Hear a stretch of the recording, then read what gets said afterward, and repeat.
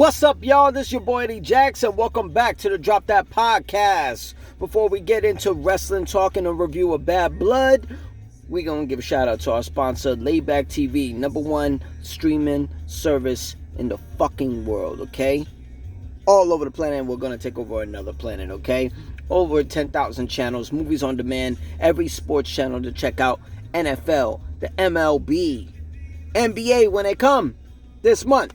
Get ready, okay? Only $25 a month, and is compatible with your iPhones, Androids, and your Fire Sticks, okay? Check them out at laybacktv.com if you don't fucking believe me. Now, let's get into some Bad Blood. Whoa! WWE Bad Blood. Motherfucking Bad Blood. I ain't gonna lie, as far as the PLEs that are 5 matches apiece, you know, when as far as Backlash, what was it? The King and Queen of the Ring, Clash at the Castle, excuse me. Money in the Bank, and Bash in Berlin. I would have to say Bad Blood is probably one of my favorites, okay, as far as 2024 goes, okay? So let's get into the rating. You know what I mean? I dissect every damn match from entrance all the way to the announcements, the start of the match, the mid of the match, the finish, whether if it's interference or not. I was dissecting it, okay? So let's get into it in the order that they gave it to us. I'm talking CM Punk against Drew McIntyre, Hell in a Cell, to show homage to the legendary Bad Blood over back in, what year was it? 1997, when it was Shawn Michaels versus The Undertaker in the first Hell in a Cell match in the debut of Kane. This match was very interesting. I ain't gonna lie.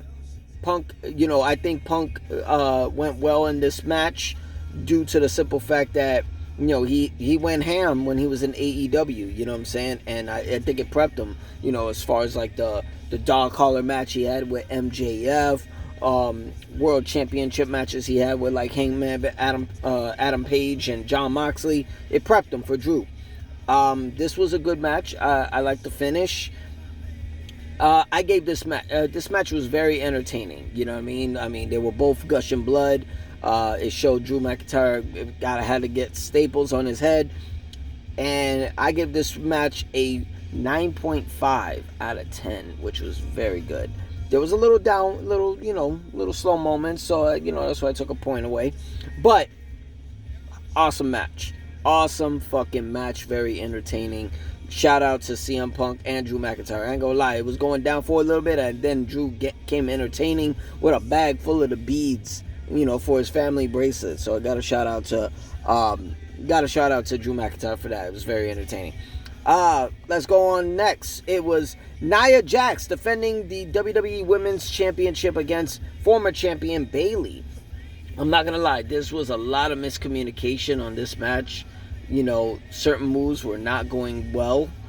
I was giving this match a fucking 6, lowest. You know what I'm saying? And what gave it, I rated it a 7.5. What gave me that idea to give that rating? I thought the finish was entertaining.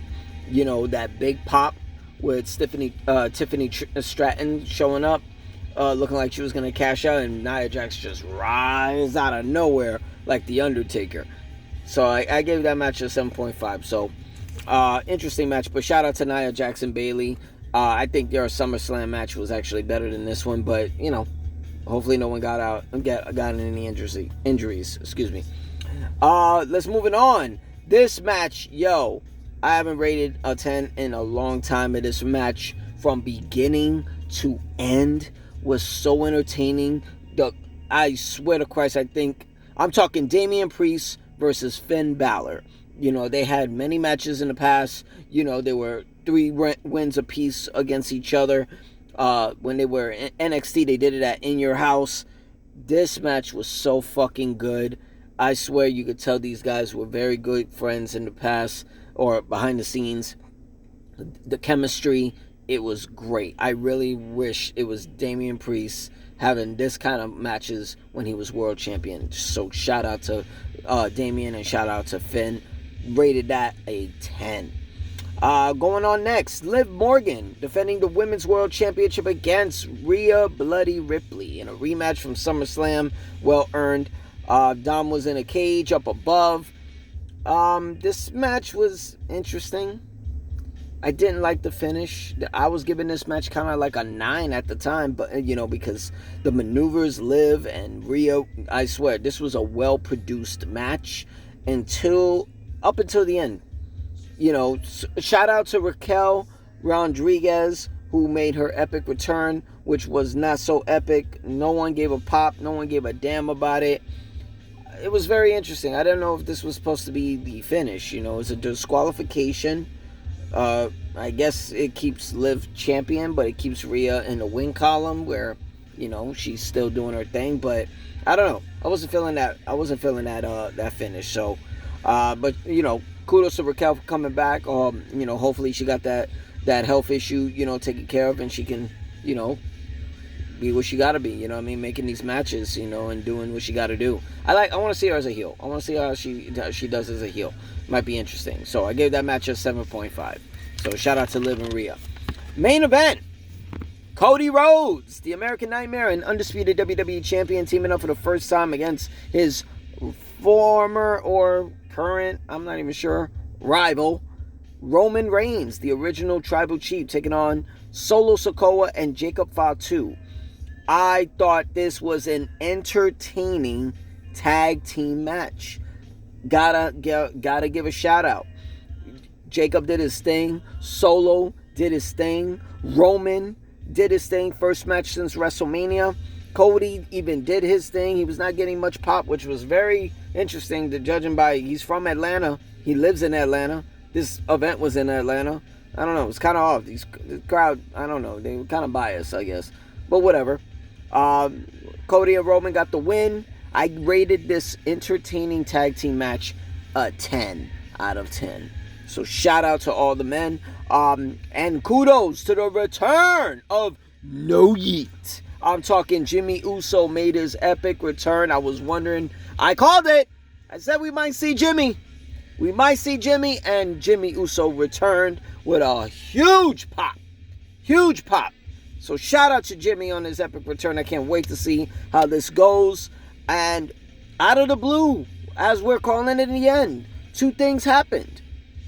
Going at the end of the event and when the event was already done. I'm talking at the end of this match when Roman gave back the title because, the Bloodline attacked Cody. Jimmy talked Roman into helping. Roman came and helped with Jimmy. Picked up the title that used to be his before WrestleMania and handed it to the champ, which was very interesting. And then what we heard, if you smell The Rock, the final boss, returned. Interesting. I mean, the word was he was going to return because he was in Georgia due to some kind of football game or something like that. I guess someone found out he was in Georgia. So he made his return. The final boss. I can't wait to see what this does. Is the final boss making this one-time appearance, or is this going to lead to War Games at the end of the month of November in Vancouver?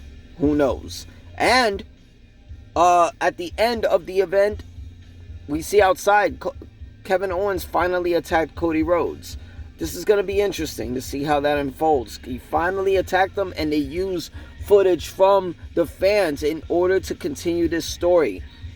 KO got some explaining to do. Finally, hopefully no one interrupts him this time on SmackDown, and we see what he has to say. So shout out to The Rock for his return and Jimmy Uso. And we're going to give our MVPs, our ring attire, and entrance shout outs. We're going to give the MVP goes to the one and only No Yeet, Jimmy Uso. He had the biggest pop. I will give it up to him. Now, you know what? I'm going to give it as a tie. Jimmy Uso and The Rock. Biggest pops of the night. Those are my MVPs. Ring attire. Got to give it to American Nightmare, Cody Rhodes. I'm giving it to El Campeón Boricua, Damian Priest, and Rhea Bloody Ripley for the ring attire of the night. And the best entrances of the night goes to Damian Priest again and the original Tribal Chief, Roman Reigns. That's all we got for the Drop That Podcast. I'm going to check y'all soon. Don't worry, we got some episodes coming, alright? Y'all be safe, alright? I ain't fucking playing. Subscribe to the channel, like the page. You know what the fuck to do, alright? Catch you on the next one, alright? Peace!